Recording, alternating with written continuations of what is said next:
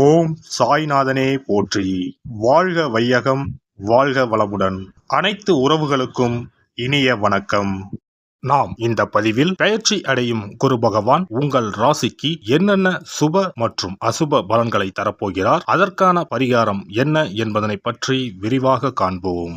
உங்கள் வாழ்வில் வளமும் நலமும் செல்வ செழிப்பும் பெற எல்லாம் வல்ல இறைவனை உளமாற வேண்டி விரும்பி கேட்டுக்கொள்கிறேன். ஒருவரின் ஜாதகத்தில் எந்த கிரகம் உங்களுக்கு சாதக பலன் தருதோ இல்லையோ, ஆனால் குரு கிரகத்தின் நற்பலன்களை கொண்டவர்கள் சிறிது கஷ்டத்தை சந்தித்தாலும் வாழ்க்கையில் முன்னேறி விடுவார்கள்.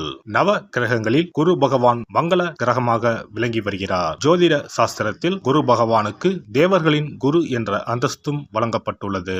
இவர் நல்ல பலன்களை அளிக்கும் கிரகமாக கருதப்படுகிறார். திருமணம், மகிழ்ச்சி, குழந்தைகள், நல்ல அதிர்ஷ்டம், அறிவு, கல்வி, பேச்சாற்றல், மரியாதை, நல்ல ஒழுக்கம் ஆகியவற்றுக்கு இவர் காரணியாக உள்ளார். ஒருவரது ஜாதகத்தில் குரு பகவான் நல்ல இடத்தில் இருந்தால் அவர் வாழ்வில் மிகுந்த மகிழ்ச்சியையும் செழிப்பையும் பெறுகிறார். அவர் வெற்றியின் உச்சம் தொடுவதை யாராலும் தடுக்க முடியாது.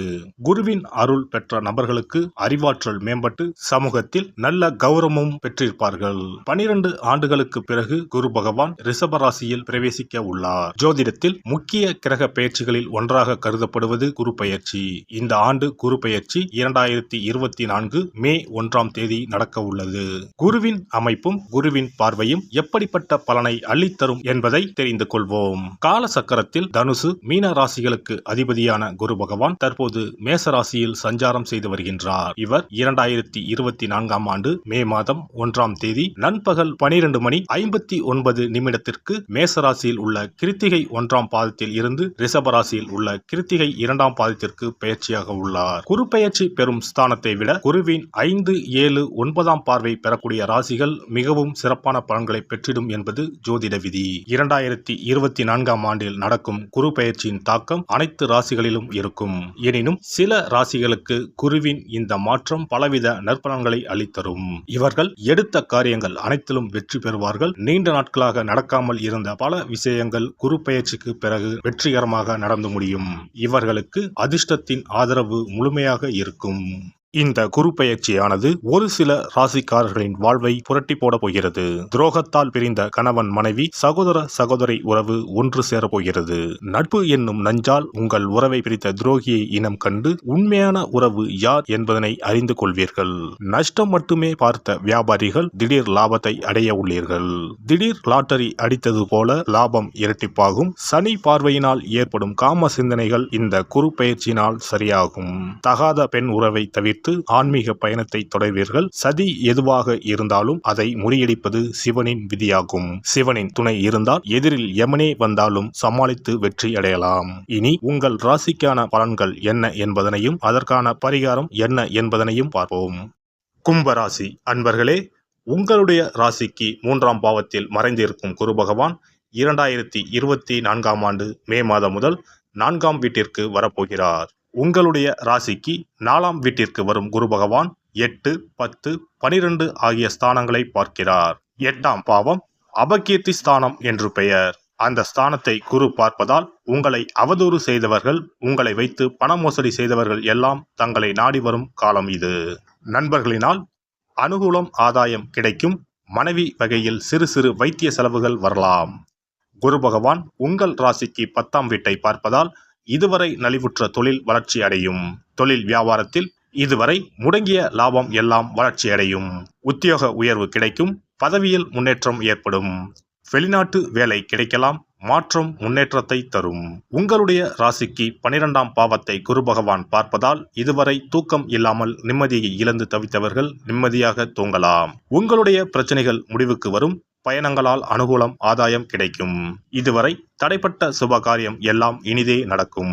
வண்டி வாகன விரய செலவுகள் வரும். சொந்த வீடு வாங்கலாம். வேலை காரணமாக சிலருக்கு இடமாற்றம் ஏற்படும். குடும்பத்தில் மகிழ்ச்சி நிலவும். பிள்ளைகளால் பெருமை உண்டாகும். கணவன் மனைவிக்கு இடையே இருந்த கருத்து வேற்றுமை நீங்கும். குடும்பத்தினருக்காக பொருட்களை வாங்குவீர்கள். குடும்பத்தில் சுப நிகழ்ச்சிகள் நடக்கும். வாழ்க்கையில் புதிய முன்னேற்றம் ஏற்படும். பெண்களுக்கு புதிய தொடர்புகள் மூலம் லாபம் உண்டாகும். மனம் மகிழும்படியான நிகழ்ச்சிகள் நடக்கும். அரசியல் துறையினருக்கு உங்களின் செல்வம் செல்வாக்கு உயரக்கூடிய காலமாகும். வெளியூர் வெளிநாடுகளுக்கு செல்லக்கூடிய வாய்ப்பு உண்டாகும். கௌரவமிக்க பதவிகள் கிடைக்கும். மக்களின் ஆதரவுகள் அதிகரிப்பதால் நினைத்த காரியங்கள் நிறைவேறும். முயற்சிகள் அனைத்திலும் வெற்றி கிட்டும். கொடுத்த வாக்குறுதிகளையும் நிறைவேற்ற முடியும். கலைத்துறையினருக்கு புதிய வாய்ப்புகள் தேடி வந்து கதவை தட்டும். தடைப்பட்ட பணவரவுகள் யாவும் தடையின்றி கிடைக்கும். தொழிலில் இருந்த போட்டி பொறாமைகள் விலகி உடன் இருக்கும் கலைஞர்களின் ஒத்துழைப்பு கிடைக்கும். நீங்கள் நடித்து வெளிவந்த படங்களும் வெற்றி அடைவதால் ரசிகர்களின் ஆதரவு அமோகமாக இருக்கும். வெளிநாடுகளுக்கு செல்லக்கூடிய வாய்ப்பு அமையும். மாணவர்களுக்கு கல்வியில் முன்னேற்றம் காணப்படும். பாடங்கள் படிப்பது பற்றிய கவலை நீங்கும். புதிய நட்பால் மகிழ்ச்சி அடைவீர்கள். அவிட்டம் நட்சத்திரம். இந்த குரு பெயர்ச்சியால் தாய்மாமனிடம் கருத்து மோதல்கள் ஏற்படுவதற்கு வாய்ப்புகள் இருப்பதால் விட்டு கொடுத்து செல்வது நல்லது. உத்தியோகத்தில் இருப்பவர்கள் அதிகமான உழைப்பினை கொடுக்க வேண்டி வரலாம். வேலையில் கவனமுடன் செல்வது நல்லது. சதயம் நட்சத்திரம். இந்த குரு பெயர்ச்சியால் எல்லா நன்மைகளையும் தடையின்றி அடைவீர்கள். மாணவர்கள் கல்வியில் முன்னேற்றம் காண்பார்கள். இதுவரை தொந்தரவு கொடுத்து வந்த நோய் விலகும். அதனால் ஏற்பட்ட மனபாரம் குறையும். வரக்கூடிய உபரி வருவாயால் கடன் அடைபடும். தொழில் அதிபர்களுக்கு எதிர்பார்த்தபடி வரவுகள் வந்து சேரும். பூராட்டாதி நட்சத்திரம். இந்த குரு பெயர்ச்சியால் புதிய ஒப்பந்தங்கள் கை கொடுக்கும். தொழிலதிபர்கள் பங்குதாரர்களிடம் எச்சரிக்கையாக இருக்க வேண்டும். கணவன் மனைவி ஒற்றுமை சுமூகமாக இருக்கும். மனைவி வழியில் வரவேண்டிய சொத்துக்கள் கிடைக்கும். வியாபாரிகள் எந்த கொள்முதலையும் தயக்கமின்றி செய்யலாம். வியாபாரம் பெருகும். போட்டியாளர்கள் விலகிச் செல்வார்கள். பிரதோஷ காலங்களில் நந்தி தேவரையும் சிவனையும் வணங்கி சனி பகவானுக்கு நல்லெண்ணெய் தீபம் ஏற்றி வழிபடுவது துன்பங்களை போக்கும். மதிப்பும் மரியாதையும் அதிகரிக்கும். குரு பெயர்ச்சி சிறப்பு பரிகாரம். ஜாதகத்தில் குரு நல்ல இடத்தில் இல்லாமல் இருந்தாலோ கோசார ரீதியாக கொடூரமானவராக இருந்தாலோ குரு தோஷம் நீங்க பரிகாரம் செய்ய வேண்டும். தீய பலன்கள் குறையவும் நல்ல பலன்கள் அளவுக்கு அதிகமாக நடைபெறவும் குரு பகவானுக்கு செய்யும் பரிகார முறைகள் உதவும். வியாழக்கிழமை தோறும் தட்சிணாமூர்த்தி வழிபாடு செய்வது சிறப்பான பலன்களை கொடுக்கும். வியாழன் அன்று குரு ஓரையில் நல்ல நேரத்தில் குருவிற்கு உரிய கோலத்தை வடகிழக்கு திசையில் கோலமிட்டு அதன் மேல் முல்லை மலர்கள் பரப்பி குரு எந்திரத்தை வைத்து அதற்கு முல்லை மலர் சூட்டி சந்தன பொட்டிட்டு பொன்னிற தட்டில் கொண்டை கடலை வைத்து தூப தீபம் காட்டி குரு காயத்ரி மந்திரத்தை 108 முறை மன ஒருமையுடன் கூறினால் குருவால் ஏற்பட்ட தீய பலன்கள் விலகும். நல்ல பலன்கள் மேலும் மேலும் அதிகரிக்கும்.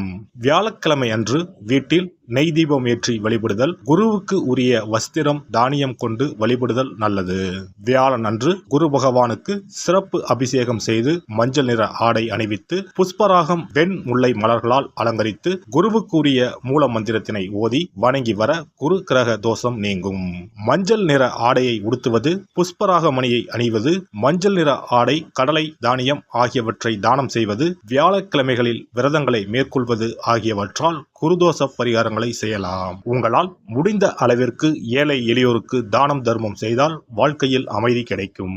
தினந்தோறும் அல்லது வாரத்தில் ஒரு முறையாவது பசுமாட்டிற்கு அகத்திக்கீரை, அருகம்புல், வாழைப்பழம் போன்றவற்றை உணவாக கொடுத்து வருவது ஜாதகத்தில் இருக்கின்ற குரு பகவானின் நிலையை மிக விரைவில் வலிமைப்படுத்தக்கூடிய ஒரு சிறப்பு பரிகாரமாக கூறப்படுகிறது. ஜாதகத்தில் குரு வலிமை இழந்திருக்கும் நிலையில் வியாழக்கிழமைகளில் அவருக்கு உரிய மஞ்சள் நிறத்தில் இருக்கும் லட்டுகளை வாங்கி தட்சிணாமூர்த்திக்கு நைவேத்தியம் செய்து கோவிலுக்கு வரும் பக்தர்களுக்கு வழங்குவதும் மங்களகரமான மஞ்சள் நிற பொருட்களை பிறருக்கு தானம் கொடுப்பதும் சிறந்த பரிகாரங்களாகும். குரு பகவானின் பரிபூர்ணமான அருள் கிடைக்க கோவில்களில் நடைபெறும் யாக பூஜைகளுக்கு தேவையான பொருட்களை வாங்கி தரலாம். ஒரு முறையாவது ஆலங்குடி சென்று குரு பகவானை வழிபாடு செய்து வாருங்கள். அல்லது தஞ்சாவூர் அருகே இருக்கக்கூடிய திட்டைக்கு சென்று ராஜகுருவாக இருக்கும் குரு பகவானை வணங்கினால் மலையளவு இருக்கக்கூடிய கஷ்டங்கள் கூட கடுகளவு குறையும். குலதெய்வ வழிபாடு நன்மை பயக்கும். முடிந்தால் மாதம் ஒரு முறை குலதெய்வ கோவிலுக்கு சென்று வழிபட்டு வருவது நல்லது. ஒரு முறை திருச்செந்தூர் சென்று முருகப்பெருமானை வழிபட்டு வந்தால் இந்த குரு பெயர்ச்சி சிறப்பான பலன்களை தரும். உங்களின் வாழ்க்கையில் பொருள் ஈட்டும் முயற்சிகள் அனைத்தையும் வியாழக்கிழமைகளில் தொடங்குவதும் நல்ல பலனை கொடுக்கும்.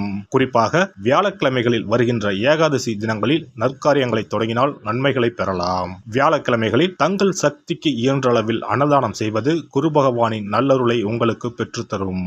அன்னதானம் செய்வதன் காரணமாக உங்கள் ஜாதகத்தில் இருக்கின்ற குரு கிரக தோஷங்கள் நீங்கி குரு கிரகத்தை பலப்படுத்தி உங்கள் வாழ்க்கையில் நீங்கள் விரும்பிய பலன்கள் தங்க தடையில்லாமல் கிடைக்கச் செய்யும்.